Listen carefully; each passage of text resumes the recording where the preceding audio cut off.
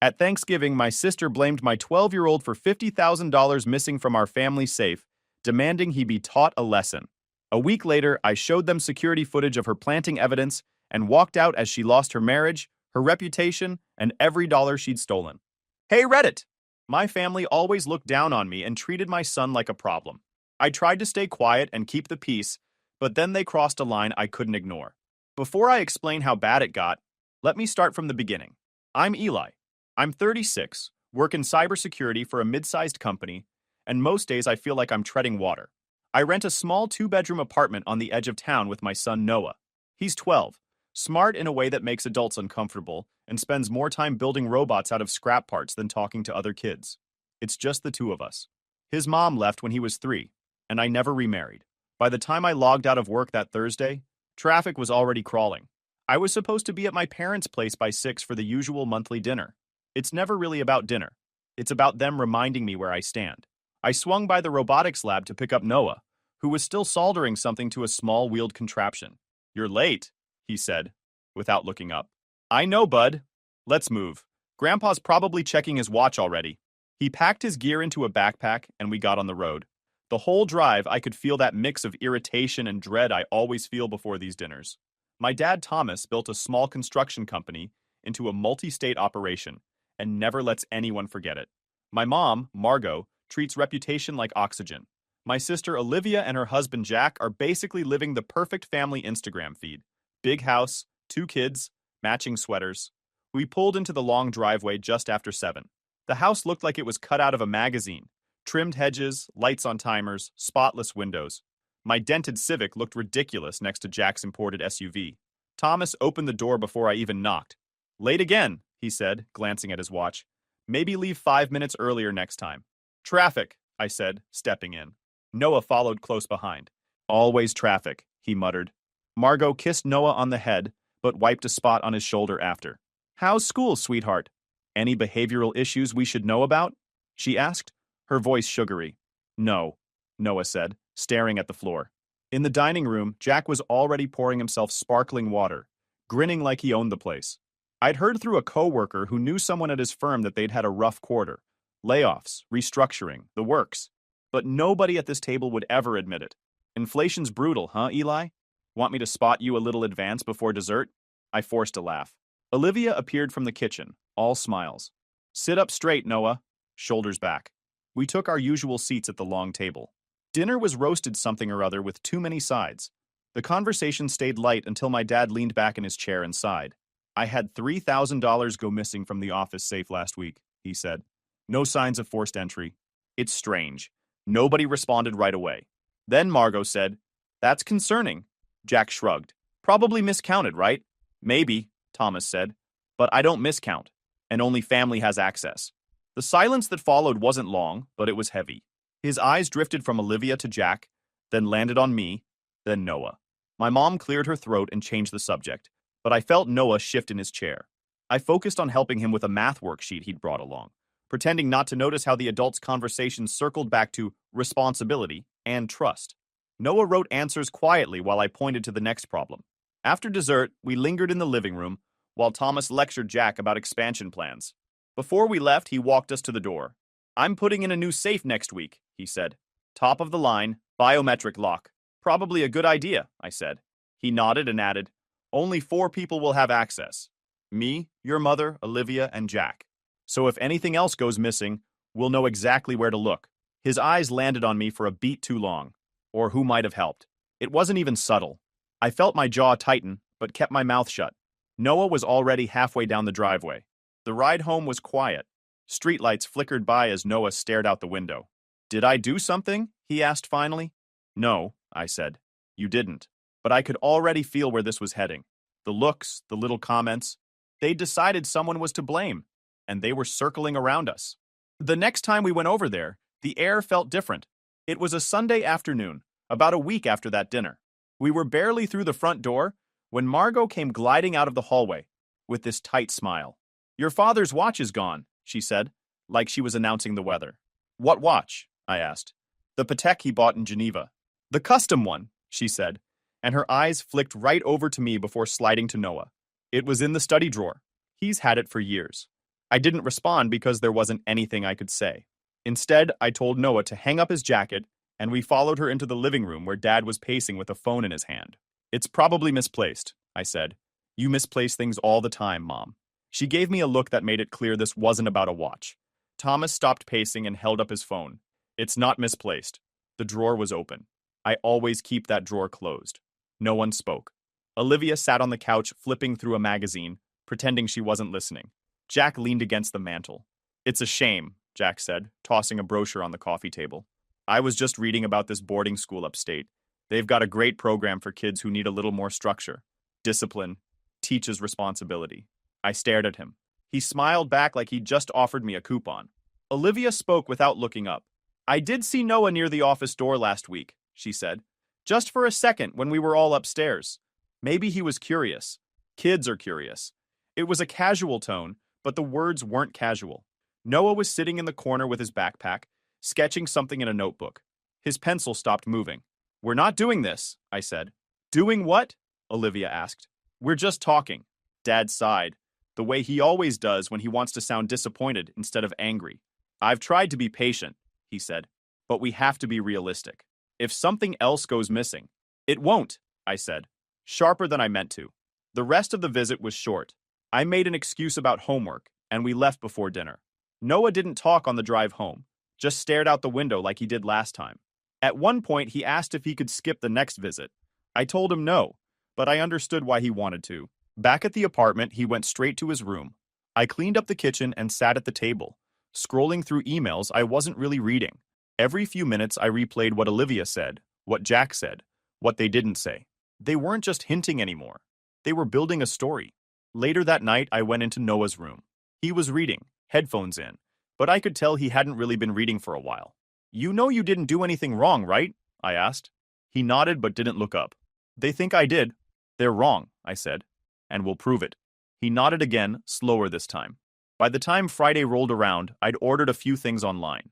A discrete motion cam shaped like a smoke detector, a backup battery pack, cloud sync capability, and 2 spare MSD cards for redundancy. If this kept going the way it was going, I needed proof. Not speculation, not gut feelings, proof. 2 days later, Thomas showed off the new biometric safe he'd installed in the study. It was bolted to the wall now, with a digital keypad and a fingerprint scanner. Access is limited, he said. Me, your mother, Olivia, and Jack. I nodded. Makes sense. He didn't say my name and he didn't need to. Noah stood behind me, looking at the safe like it was a loaded gun. He stayed close to me the whole visit, never wandering more than a few steps away. And every time someone mentioned the missing watch, he tensed up. Thanksgiving has always been a performance in my family. Same house, same perfect table settings, same overpriced candles that smell like wood smoke. The only thing that changes is how uncomfortable I feel walking through that door. This year was no different. Noah and I stopped at a bakery on the way and picked up a pumpkin pie because I didn't have time to make one. As soon as we stepped inside, Margot greeted us with her usual half smile. Homemade is always better, she said, taking the box from me. But this is fine. Noah glanced up at me, and I gave him a small shrug. It wasn't worth saying anything. We followed her into the dining room. The usual magazine spread setup, perfect turkey, designer napkins, Jack explaining market trends like he was on CNBC. Olivia was taking photos, angling the shot so Noah and I weren't in frame. Dinner was tense. Jack droned about stocks. Olivia bragged about a charity event, but didn't mention the fundraising totals. Weird, since that's usually the highlight. When dessert plates were cleared, the room went quiet in that way that means something's coming. Thomas rested his hands on the table and looked around. A large amount of money went missing from the safe 2 days ago, he said. 50,000. The words hung there. Jack's fork clinked against his plate. Olivia lowered her phone. Noah froze. I've been patient, Thomas continued, but that's over now. No one said anything. I waited for more details, but he wasn't offering them. Then Olivia spoke, soft and measured, like she was trying not to sound accusing, which made it worse. I saw Noah near the office that afternoon again, she said, and I found one of his pencils on the floor outside the door. My chair creaked when I shifted. You found a pencil, I said. It's something, she replied. Jack leaned forward, elbows on the table. Look, we're not idiots. A 12-year-old didn't crack a biometric safe on his own, but he's smart. You've said it yourself. And if someone showed him where the backup code was, or left the desk drawer open, He let it hang. Margot picked up the thread, her voice careful. You were in that office last week, Eli, fixing the computer. You were alone in there for 20 minutes. So? I said. So maybe Noah asked you a question, she said. Maybe you showed him something you shouldn't have. Or maybe you took it yourself and… Stop, I said. My voice came out harder than I meant. Jack spread his hands like he was being reasonable. We're just following the logic. 4 people have legitimate access. The money's gone. Either one of us did it, or someone got help from one of us. His eyes landed on me. And you're the only one here who needs money. Margot set her napkin down. I think a house search would be reasonable, she said. Just to be sure. Noah's face drained of color. He looked at me, then down at his hands. Jack leaned back. I'll say what everyone's thinking. If this happened anywhere else, the police would already be involved. Maybe that's the lesson he needs. Stop, I said. My voice came out sharper than I planned. We're not doing this. Thomas folded his arms. Then explain it. The safe was opened. There's no sign of forced entry. 4 people have the code. And I'm not one of them, I said. Olivia looked at Noah again. He's smart enough to figure things out. Noah's lip trembled, and he pressed his hands together to stop them from shaking. I didn't do anything, he said, his voice barely above a whisper. Enough, I said, standing. You're not searching my kid. You're not calling anyone. If you're going to accuse him of something that serious, you'd better have proof. Jack laughed once under his breath. Then what do you suggest? 1 day, I said. Give me 1 day before anyone does anything. That's all I'm asking. Thomas stared at me for a few seconds, then nodded once. You have 24 hours. I didn't know if he actually meant it. 50 grand isn't pocket change, even for him.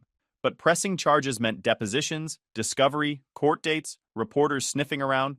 Clients would start asking questions. Contracts would get shaky. He wasn't protecting Olivia. He was protecting the business. Same as always. We left not long after that. The drive home was dead silent. Noah stared out the window like he wanted to disappear. Halfway back, he asked the question I was dreading. Is it my fault? No, I said. Not even a little. When we got home, he went straight to his room. I waited until I heard his door close, before I pulled out the small box that had arrived in the mail earlier that week. Motion sensor camera, disguised as a smoke detector. Easy to install, Wi-Fi connected, low light capable. I'd also grabbed a second micro SD card and set up automatic cloud backup.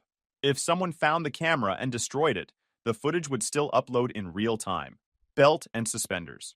I grabbed my tool bag and the little step stool from the closet and drove back to the house while I knew they'd all be asleep from too much food and dessert. The office smelled like leather and old books. The safe sat behind the bookshelf like a sealed vault.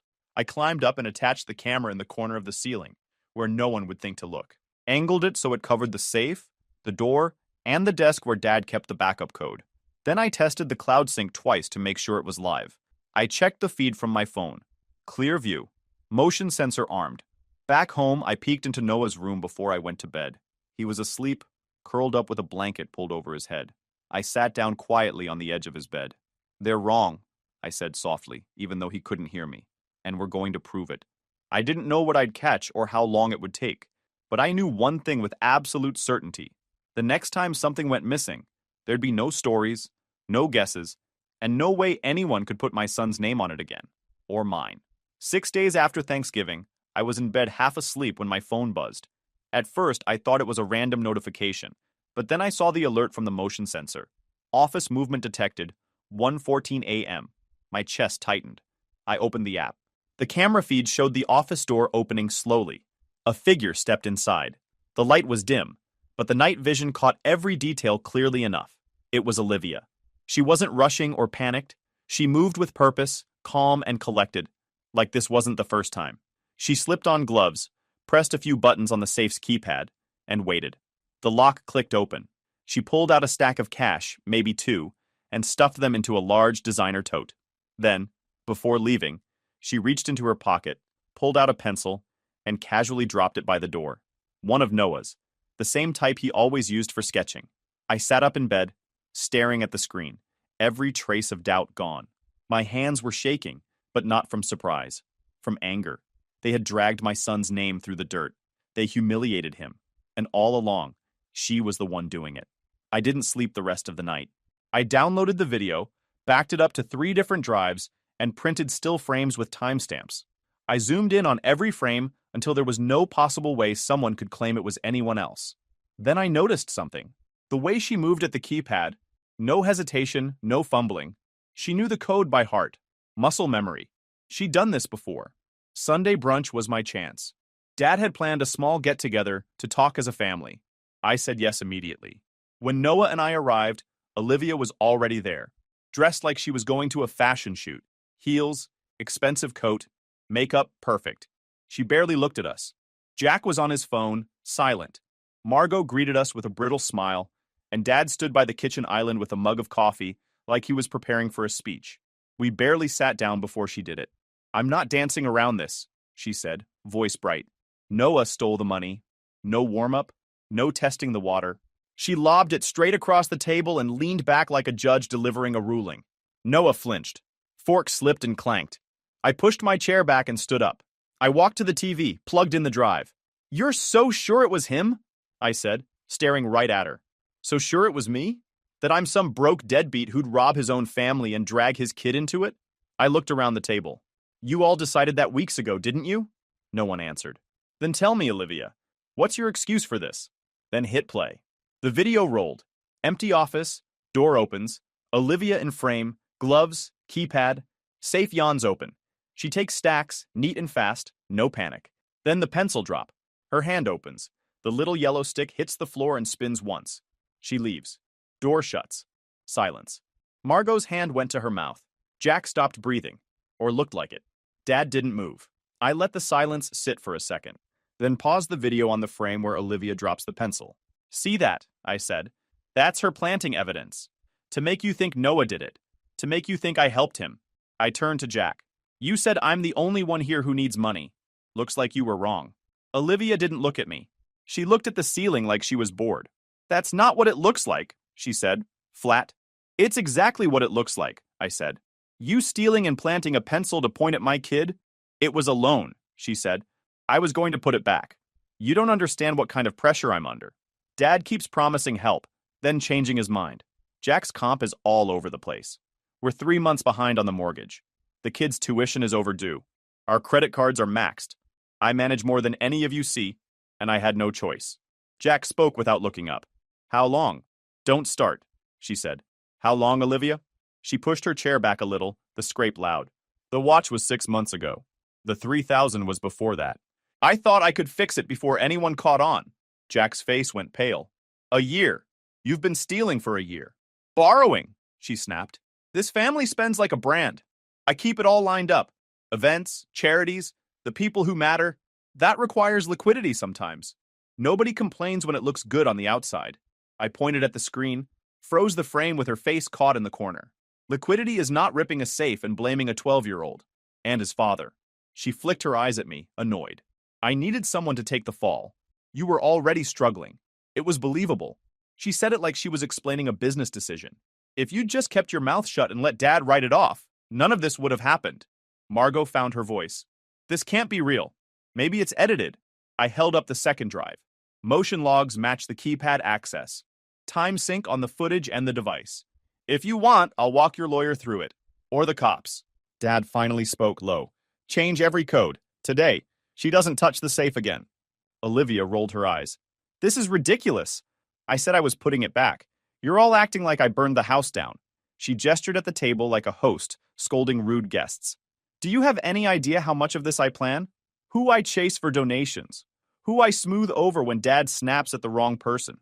I keep this family from looking like amateurs." Jack stood up. "You keep this family looking expensive. Not the same thing." She shot him a look. "Don't you dare. You don't even see the mess I clean up after your bad trades." He laughed once. No humor. "There it is. Blame everyone else." Question. "Did you ever plan to stop?" She didn't answer. I stepped closer to the table. "Noah heard you last week. At Thanksgiving. He heard his aunt say he stole. He hasn't wanted to come back here since. He won't even walk upstairs in this house. That's what you did." She lifted her chin. "He'll be fine. Kids bounce back." "Not from adults making them a target," I said. Dad's hands were on the island now, fingers white. "Olivia," he said, "you are out. Accounts, office, anything with access. Sophie will finalize it." Olivia's tone sharpened. "You're really going to cut your daughter out because your son can't pay his rent on time? This isn't about me. I said. It's always about you, she snapped. You get to be the martyr because you drive a cheap car and bring store pie, and somehow I'm the villain for making sure our name still means something in this town. Jack pointed at the TV. Villainy has video now. She pivoted to Noah, like she could talk past me. Sweetheart, nobody wanted to blame you. We were just worried. Noah looked at his lap. He didn't say anything. His shoulders were tight. Don't talk to him, I said. Margot stood, chair legs scraping. We can handle this privately. No reason for police. People talk. I looked at Dad. I'm not here for your image. I'm here because my kid deserves his name back. Dad nodded once, eyes still on Olivia. You'll repay every dollar, he said, with terms. If you refuse, we go to the police. I don't care who hears. Olivia laughed, tiny and mean. You won't. You care too much about how you look. Try me, he said. She stared him down, then looked at Jack. You're with me on this. Jack shook his head. I'm with the facts. The room felt small. The air was tight. I pulled the drive from the TV and pocketed it. You took money, I said. And then you tried to take something you can't replace. You tried to make everyone believe I was a thief, that I'd use my own kid as a scapegoat. That's not pressure. That's character. Olivia folded her arms like a queen bored of a petition. Go ahead. Act righteous. When this blows over, I'll still be the one people call. Not in this house, Dad said. I touched Noah's shoulder. We're done here. No one stopped us. In the hall, I grabbed our coats. Through the front windows, I could see the perfect hedges and the two clean cars, and thought how none of it means anything if this is what sits behind it. In the driveway, Noah finally spoke. Are they going to believe it? They saw it, I said. Believing is their problem. He nodded, small, like that answer was enough for now. We got in the car. I started the engine. Behind us, the house stayed quiet, and for once I didn't care what was happening inside. The Monday after that brunch, I sat across from Sophie in her office downtown. It was one of those clean, minimalist spaces with no clutter and too many certificates on the wall. She clicked her pen twice before she spoke, like she was rehearsing how blunt to be. Legally, this isn't just theft, she said, flipping through a thin folder. It's unauthorized access to secure property. If she touched any paperwork or digital files in that office, we could be looking at fraud too. The police would take it seriously. I nodded. What happens if we don't go that route? Then we go civil, she said. A restitution agreement, a repayment plan, and permanent removal from all financial accounts and trusts. Either way, Olivia loses all access, effective immediately. Dad's leaning toward not pressing charges, I said. He's trying to protect the family name, Sophie replied. But I'll warn you, without legal action, it's easier for her to try something again. Boundaries have to be airtight. I understand. He'd rather lose the money than lose clients, I said. That's always been his play. Sophie clicked her pen. Just make sure he understands that civil restitution doesn't scare everyone the same way criminal charges do. Later that afternoon, I was at the house again. Thomas had every account binder and trust document spread out on the dining table. He'd been on the phone most of the morning with bankers and lawyers. She's gone from all of it, he said, without looking up. No signature rights. No authority. No access. Olivia wasn't there. Jack was, briefly. He came in carrying a duffel bag and didn't even make eye contact. He told Thomas he was taking their daughter to stay with his brother for a while. He didn't say when he'd be back. I need space, was all he said before leaving. That night, Margot texted me. You didn't have to humiliate her like that. I stared at the message for a few seconds and then put the phone down without replying. By midweek, the story leaked. Anonymous posts on business forums. Debt collectors calling the office. Olivia's carefully maintained image was collapsing in real time. She called me 3 times that day. I let everyone go to voicemail. The next morning, she showed up outside Noah's school. He saw her through the gate when they were lining up for recess and froze. The school called me immediately. I left work and drove straight there. She was standing near the sidewalk when I arrived, trying to talk to one of the staff. Leave, I said, walking up to her. Now. I just want to talk, she said, eyes red, makeup streaked. No, I said. Not here. Not ever. The principal stepped outside and told her the police would be called if she came back. She left without another word. That was the day I made the therapy appointment. Noah had been quieter since Thanksgiving, but after that incident, he barely spoke at all. During the first session, Noah talked about the pencil, about Olivia's voice when she accused him, about how he didn't want to go upstairs anymore because bad things happen up there. The therapist gave him breathing exercises and a daily routine. 5 minutes talking about anything he wanted, no interruptions. Simple, but effective. After the session, in the parking lot, Noah asked if we had to keep going back. Only if you want to, I said. He thought for a second. I think I want to. I put a hand on his shoulder. Then we will. Life didn't slow down after that.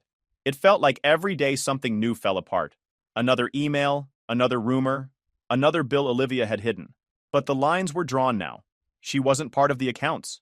She wasn't part of the house. And she wasn't coming near Noah again.